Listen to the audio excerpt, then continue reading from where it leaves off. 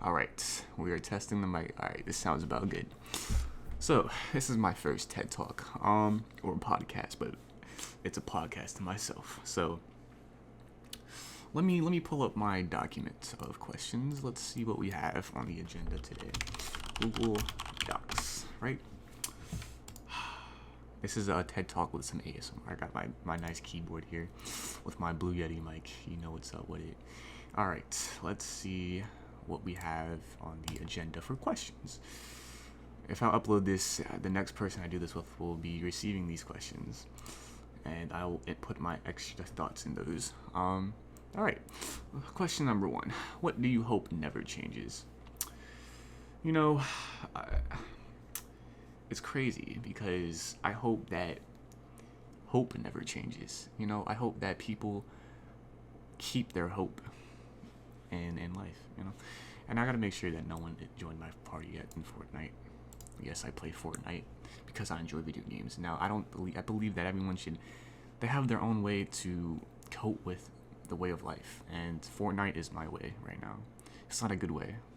It is not a good way at all because it pisses me off every time that I die to Bob the Builder 9. But besides the point, I hope that hope never changes. I hope that people know that they are capable of more than what they think they are, because I believe that. And just in general, you know, because I have coworkers that believe that Walmart is their future, and some beliefs are just wrong, and that's one of them. So just hope that hope never changes. That's question number one. Question number two: what job would you be terrible at? I mean, writing. Whatever job involves writing, you know, analyzing an author, that would be horrible. No one has texted me yet. Anyway, okay. Another job I'd be horrible at was giving like press talks, you know, because I have a social anxiety, and talking in front of a lot of people very it intimidates me, and I stutter a lot. Talking to a mic, not knowing who's hearing me, that's a little bit more comforting. Question number three: what are you absolutely determined to do? I really hope that I'm recording, because I think I'm doing well so far. I am recording 2 minutes and 41 seconds. Okay. What am I absolutely determined to do? Get in my bag. But okay, let me take a step back. I'm absolutely determined to be relieved of stress. I hate stress. It's the most uncomfortable feeling ever. Now, stress is a beautiful thing when it's utilized in moderation. I mean, you can't really utilize it, I guess, when it comes on in moderation. But when you're like me, and you know, you get anxious when someone walks into the same room as you, or you get anxious because, you know, you see a due date, or you have a time limit to do something, or you feel like you're inadequate. You know, I get stressed out about a lot of things, and it's a problem, and then it literally kills you from the inside. Over time, of course, but it kills you. So I'm determined to relieve my stress, and that's where the bag comes from, because money can solve a multitude of problems that I have. Money is just, I mean, as the society that we were born in, you know, just a international society that we've created. Everything's based on money. I mean, it makes sense. It does make sense, but it's evil in that people can't. The world is ruled by money. I mean, the world will legitimately be an infinitely better place if it wasn't ruled by money. So I'm determined to answer your question, because I went off on a tangent. I'm determined to relieve my stress, and the direct route to that is money. Indirect would be, you know, fulfillment and all that, but I want to hit that direct route first, and then, you know, I can have less stress. Question number four: what do you wish you knew more about?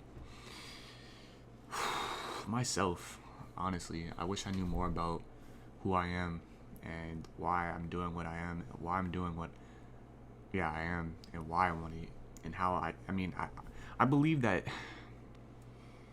you know, I'm an aggregate of everything around me up to this point. Me and my sister had a good conversation about this. But although even though you're responsible for your decisions and your decision making, you're only making that decision because of everything that you've gone through up to that point. So it's fair to say that every person is just a combination of everything that they've gone through up to that point. So you could probably pinpoint maybe, where they might have gained the experience to make that decision, or so I just wish I knew more about myself, and why I am the way I am. Just because I'm not true to myself. As much as I like to think I am, I'm not. And I guess that's where a lot of my stress comes from, because I think it's called, is it cognitive dissonance? Where it's something like where you believe that, which your beliefs don't line up with your actions. And I go through that, and I'm aware of it, but I don't do anything about it. I'm trying to, but it's just laziness, I guess. Question number 5: if you could go back and hands down win any argument you've had with anyone, what argument would you choose to win? Let me see.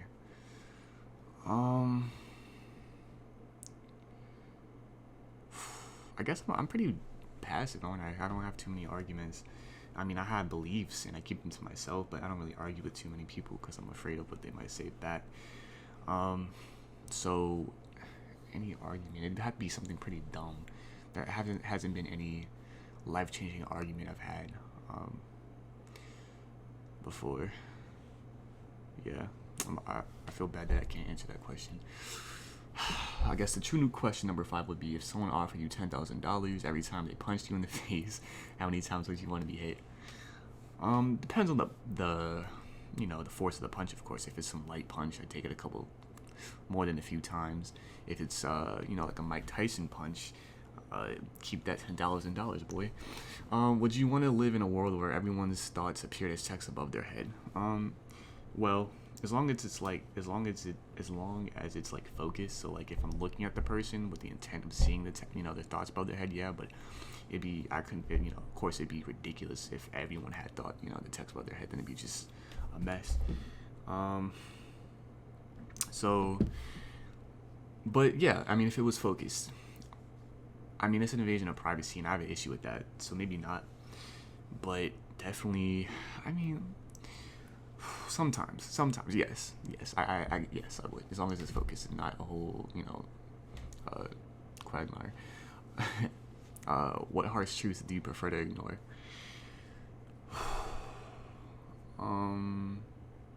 That not everyone in this world is good. I just believe that I choose to ignore it because, I guess I fool myself. It's not that really that I ignore it, it's just that I fool myself in a way. Because I like to believe that everyone is nice and everyone, knows, makes smart decisions in their life. But when I see a middle-aged woman wearing undersized clothing, and I see a huge vape cloud come out of her mouth, yeah, I mean, like, that's when reality kicks back in. So is there anything else that I choose to ignore? I try to keep it real with myself, but that's one thing, I guess. So there's not too much else I could think of off the spot right now. I'll come back to it because that's a really good question. Number 8. Did I keep track of that right? 1, 2, 3, 4, 5, 6, 7, 8. No, 9. Question 9. Is humanity? Well, no. Question. Yeah, whatever. Is humanity headed in the right or wrong direction? Now, I don't believe I need to make a comment about this because we all know the answer to that question. Actually, well, no, it's not a clear answer. I say it's a gray area. We are heading in the right direction in terms of it depends on who you are. Some people are, some people aren't. Most of us aren't, and I mean that's just taken from what I observe. But yeah, I mean, and there's different lines of direction. I mean, there's like technology, economy, society. I mean, society is all of it, but I meant to say, I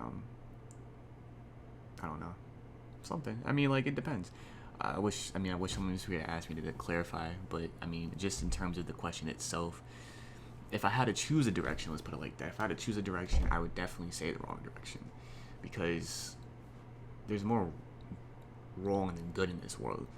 I mean, like, people don't care about climate change. People don't care about even their own lives. I mean, like, people utilize hard drugs, and I mean, I'm not saying all of it's their fault. It could be their environment they're raised up in, but I'm just saying, unbiased, without looking too much into the reason of why, it's just clear that we're heading in the wrong direction.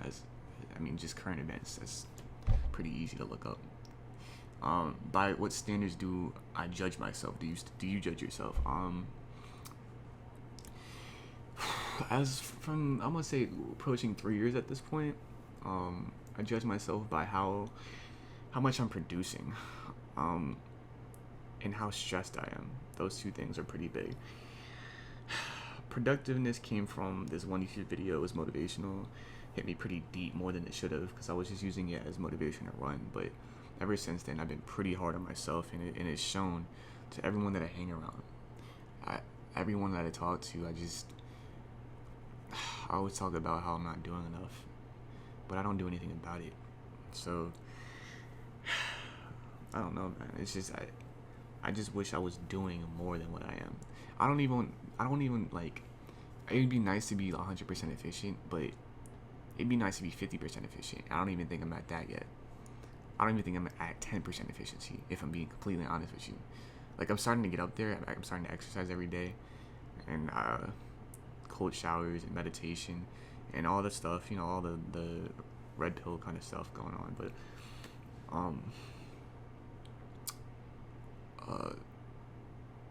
yeah, lost my train of thought right there. But yeah, so definitely productivity, because that's just something I'm really big on, or at least I try to be. The other one was how much stress I have. How stressed am I? It's just a mental management type thing. I like to think that if I'm less stressed, then I'm doing better, because I'm handling a lot of my stuff. Now my stress scale is kind of askew, in terms of I ramp up pretty exponentially with my stress depending on how much I have.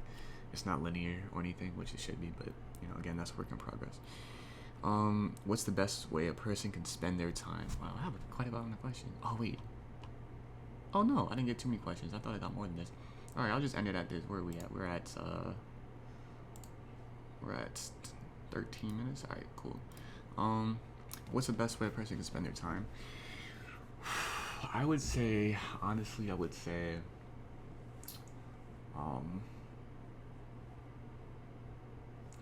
doing what they enjoy, for sure, because most things, okay, I take that back.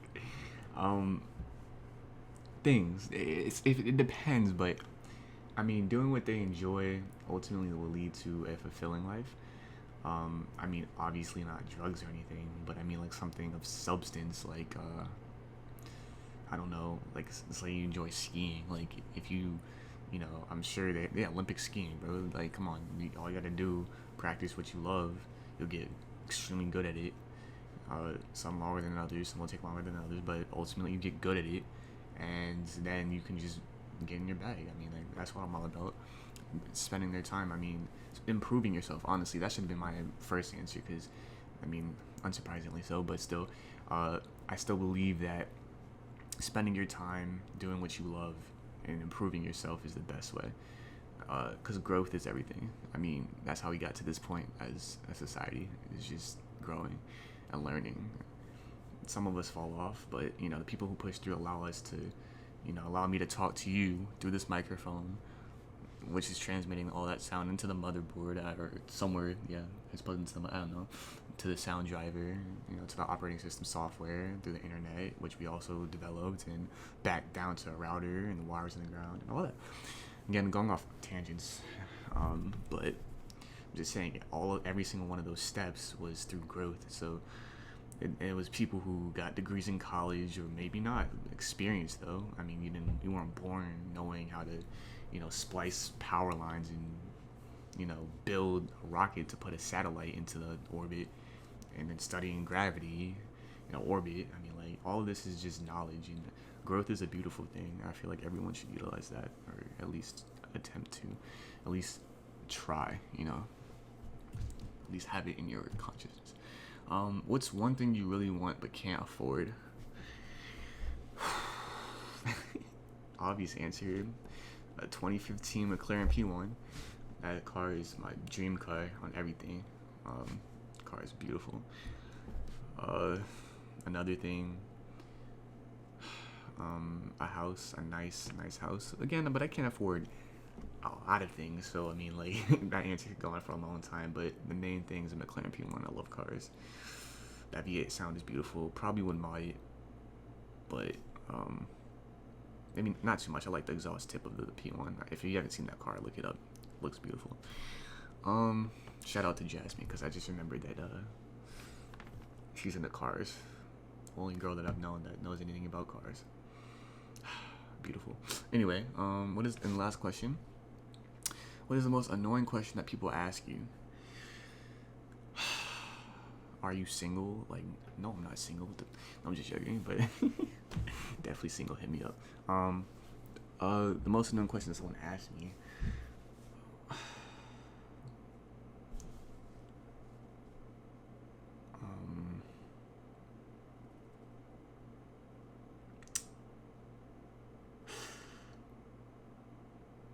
Well, in high school, it was, did we have any homework? Or no, I actually take that back. The most annoying question was, can I get that math homework? Because, I mean, I'd be like laying in bed at like 10:50, watching my YouTube video, and out of nowhere, I get from like 4 people asking me for the math homework because they're gonna fail the quiz tomorrow. Like, if you haven't done it by then, you're failing the quiz anyway. You might as well just not do it in the first place. But man, like, come on, bro. Like, and I'm guilty. I was guilty of asking people for homework too, because towards the end of senior year, I really, really despised doing work, because it was busy work. It was stuff I could have completed in like, well, no, it was easy stuff, but it was lacking substance. It was just quantity over quality work. Like, it was just horrible, and I didn't feel like doing it. Laziness again, man. I wish humans weren't so lazy. I wish I wasn't lazy at the very least, man. The world, I'm telling you, if everyone was just a little bit, had like 5 more IQ points, bro, the world would be a beautiful place. Maybe like 10, yeah. 20 IQ points, yeah, that'd help a lot of people. I think 20 is pretty good, because the deviant, the standard bell curve or whatever for us, I think is like, let me look this up. The standard bell curve for like the IQ, sorry if that's loud, but yeah, this is my ASMR, bell curve, IQ. So we have, 100's like the base, and like, oh, that's pretty smart, I guess. So yeah, like, we got 68% within one standard deviation, and that's from 85 to 115. If we slid it over 20 IQ points, I mean, like, yeah, I'm just saying, like, it'd be more. There's 2% of people in between 55 and 70. Man, see, those are the people I see walking around Walmart, dog. It's from everything, bro. Well, that is my last question. So I hope you guys enjoyed this. I really do. Like, I really do. I know that's kind of cliche at this point. We're reaching 20 minutes. I'm gonna try to finish before 20 minutes. I know it's cliche, but I hope if anyone made it this far, thank you. You are beautiful. I mean, like, I appreciate you listening, and that means, like, you mess with my stuff, or at least you were curious. So, for you personally, whoever's listening to this right now, I just want to thank you from the bottom of my heart. Feel free to contact me. I like to talk. But yeah, so that's that. If you, again, probably only no one's listening at this point, but if anyone like this, let me know. Other than that, I will catch you guys in the next one. Next time we're gonna have a guest on. The plan was for this girl to talk, but she dipped out on me, so I'm probably gonna have my friend Minnow up here. But that's that. I'm gonna dip out before 20 minutes, so I'll see you guys in the next one. Bye.